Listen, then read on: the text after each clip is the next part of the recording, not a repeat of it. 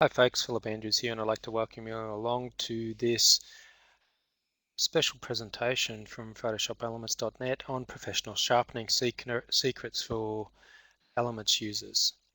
Today we're going to be looking at how to actually bring some sharpness to your images using some of the tools found in Photoshop Elements. And all of the options that we're going to be using today are available on pretty much all versions of Photoshop Elements. We'll start off by looking at some options available for sharpening in the Adobe Camera Raw plugin, which you use for processing your raw files when you're opening them up in Elements. But then when we get into the main editing space, then all the tools and techniques that we're working with there will be the ones that you'll be able to use much right back to versions probably 2 or 3 of Photoshop Elements. So we should be able to cover most people this evening with all of those techniques. Let me just go through a couple of introductory ideas when we're talking about sharpening, and I'll just use this little slideshow to help me with this. So we'll go and have a look at why we sharpen in the first place.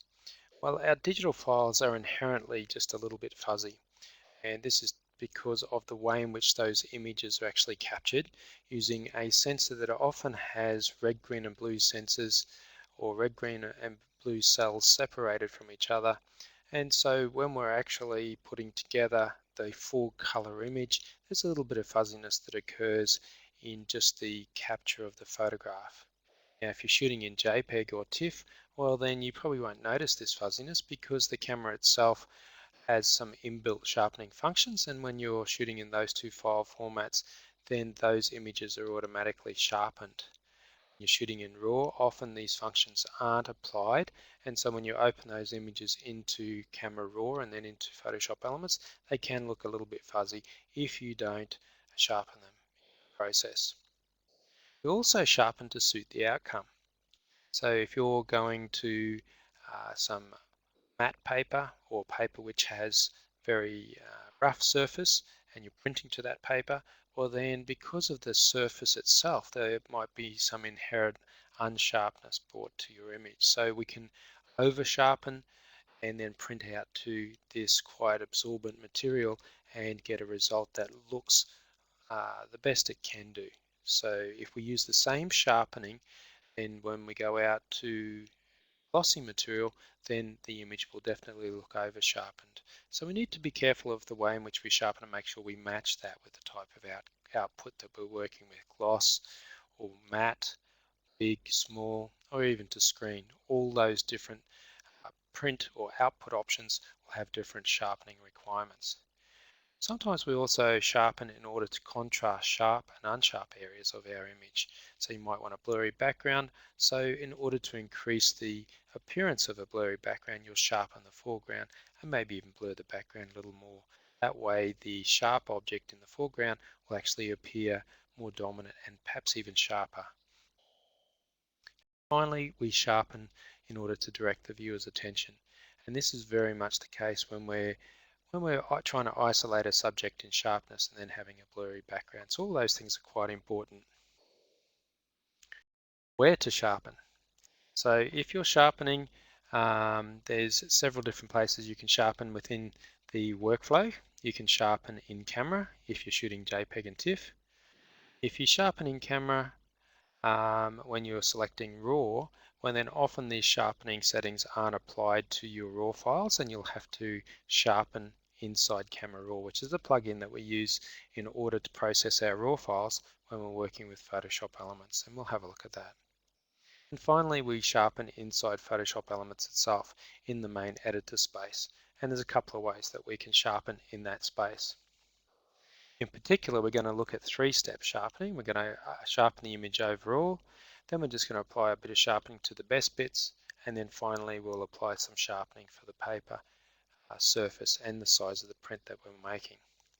Remember that this presentation, this e-seminar, is presented to you by PhotoshopElements.net. My name is Philip Andrews, and there are plenty more tips, tricks and techniques and video tutorials available at PhotoshopElements.net. In fact, we have one of the biggest repositories of tips, tricks and techniques for Photoshop Elements on the net.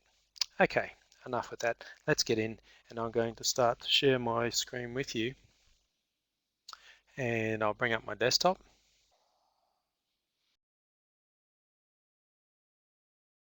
You'll notice that we're straight into the organizer workspace. To start this discussion off, I've just got an example image here. I'm going to open this straight into the Elements, the editor workspace, and it's probably one of the best ways for me to describe how sharpening works in Photoshop Elements is to start with an image like this. Now, it's not like a photographic image, but it does bring out how sharpening actually works in Photoshop Elements.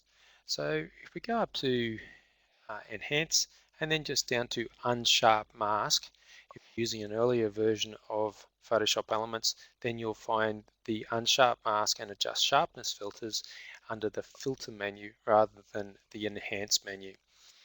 They've been positioned under the Enhance menu for the last 2 or 3 revisions of the program. Let's select Unsharp Mask. Notice that we have a preview here, and a lot of people get confused with these 3 different controls that you see here. And what I want to do is just get in a little bit closer with the image in the background, so I'm just holding down Control or Command and then just hitting the plus key so that we can get in and see these edges here. In particular, I want us to notice what's happening with the edges. I'll drop down the amount to start off with, just bring up the radius a little, and then I'll drag the amount back up again. Now I want you to notice what's happening to the edges.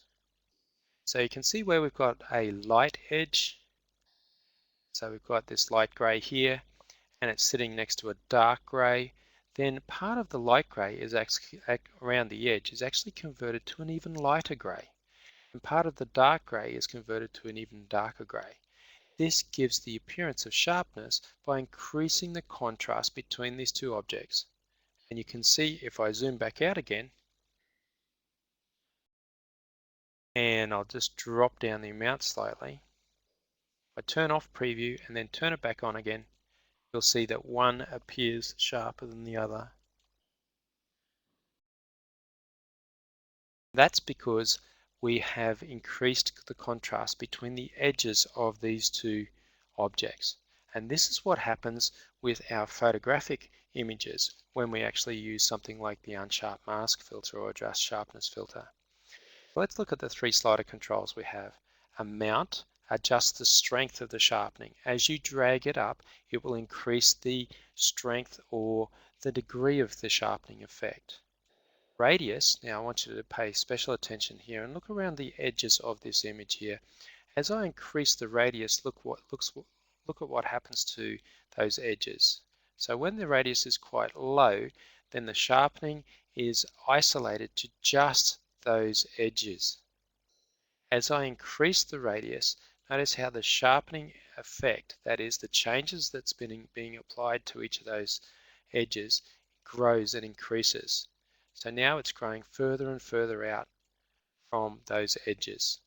So radius is one of the controls that people find hardest to understand. But I think you can see in this example here how basically changing the radius changes the amount of difference that's applied from the edge that's being adjusted. So the higher you go, the more or the broader the change. The smaller you go, just the edges of the image are being adjusted. Then we have threshold, and threshold enables us to control where the sharpening is being applied. So let's first of all turn it off, and then I'll drag up the radius